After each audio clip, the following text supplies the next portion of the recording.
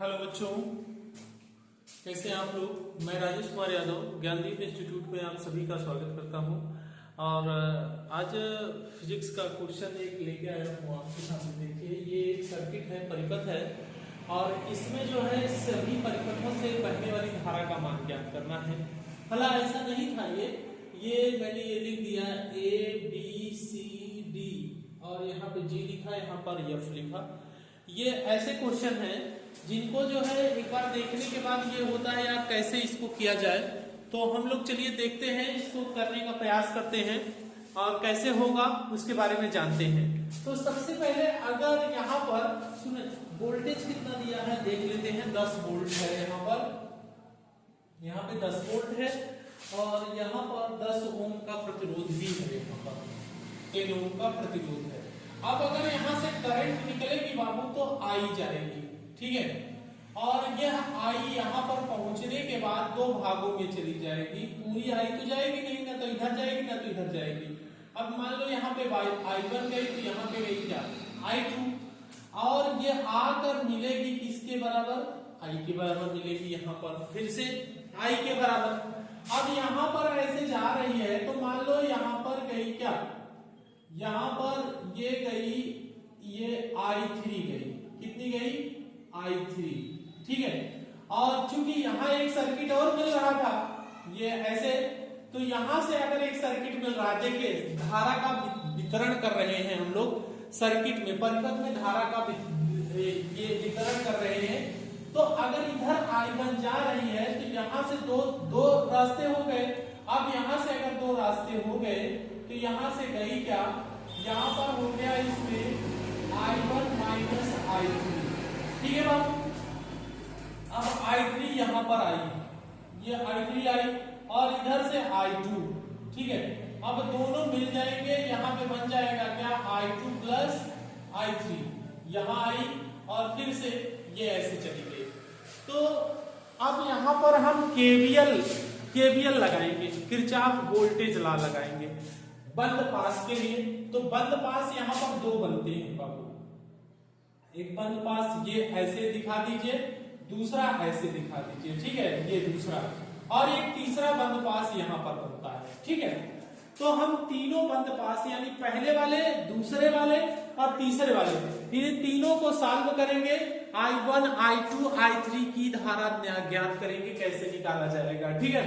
तो यहाँ पर देखिए इन सब में सबसे पहले हमने क्या किया, बंद पास, एक बंद पास लिया, कौन सा, एक बंद पास लिया यहाँ पर हमने ABDA,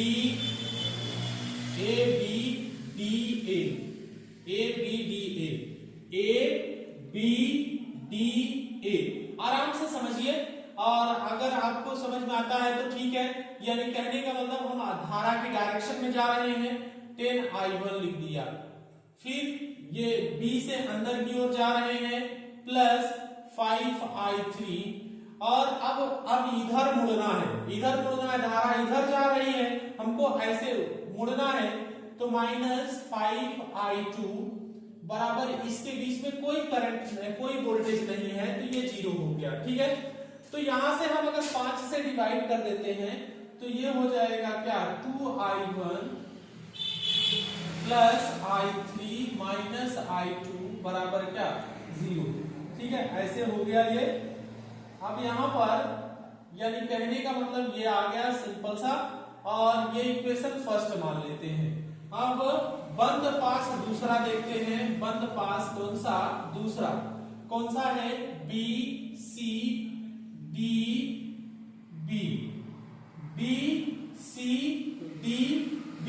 ये देखते हैं। तो करंट की डायरेक्शन में चलते हैं बाबू। तो यहाँ पर 5I1 माइनस I3,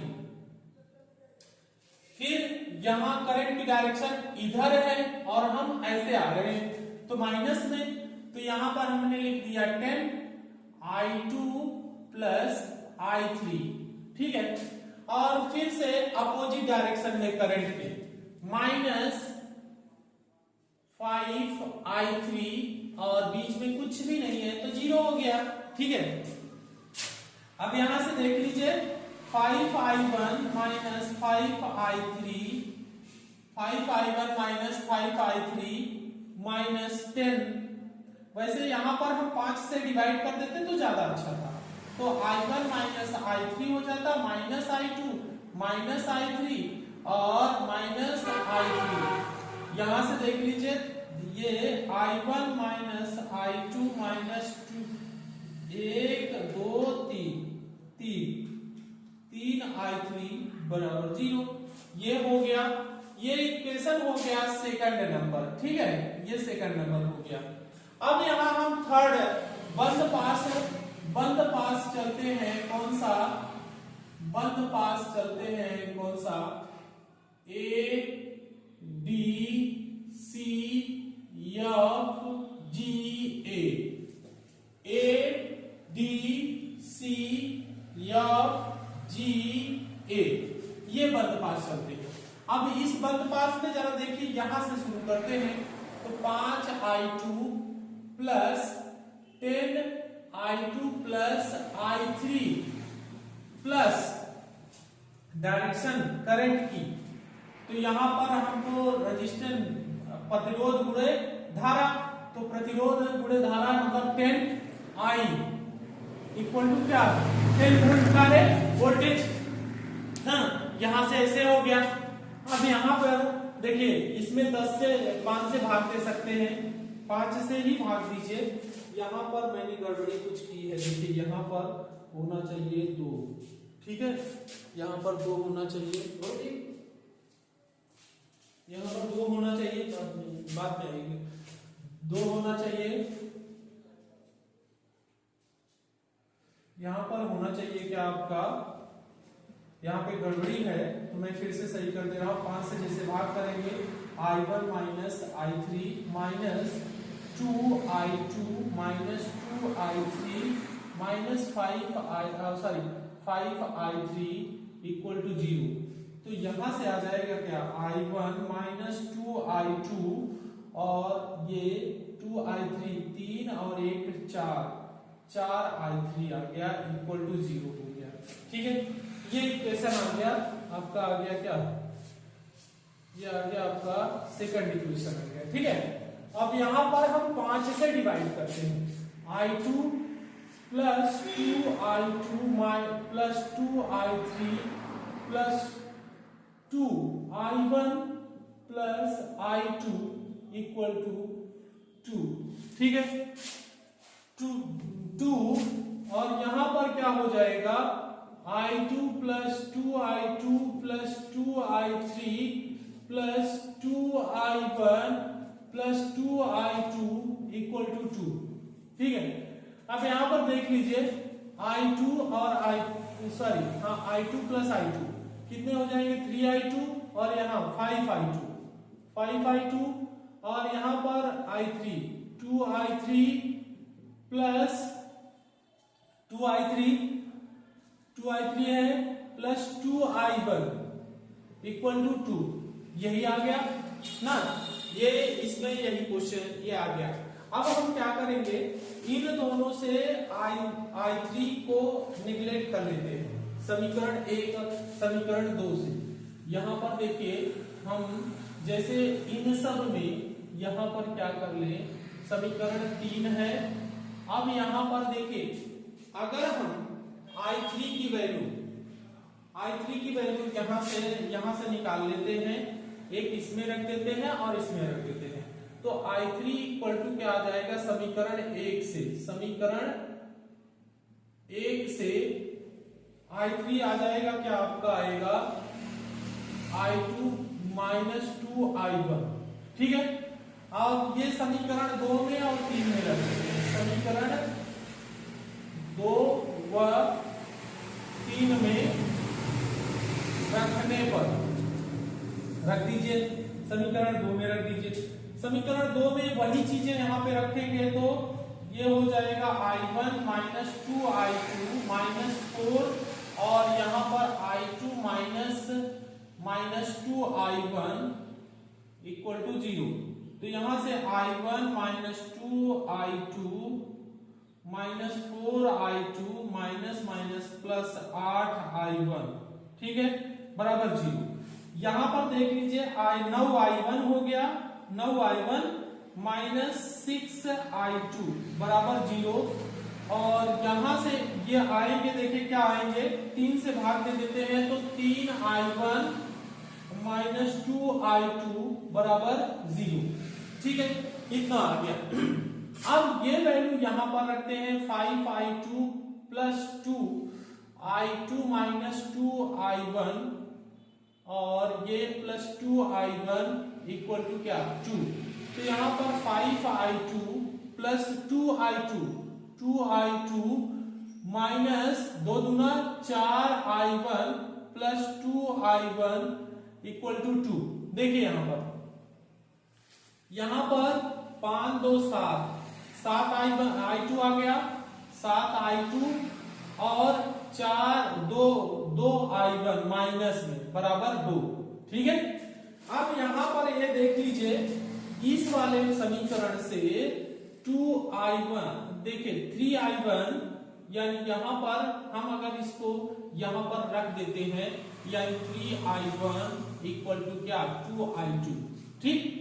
और यहां से i1 वैल्यू क्या हो जाएगा 2/3i2, ये i1 की वैल्यू यहां पे रख देते हैं तो 7i2 माइनस 2 और 2/3i2 बराबर क्या 2, 3 सते 21i2 माइनस 4i2 बटे क्या 3 बराबर क्या 2।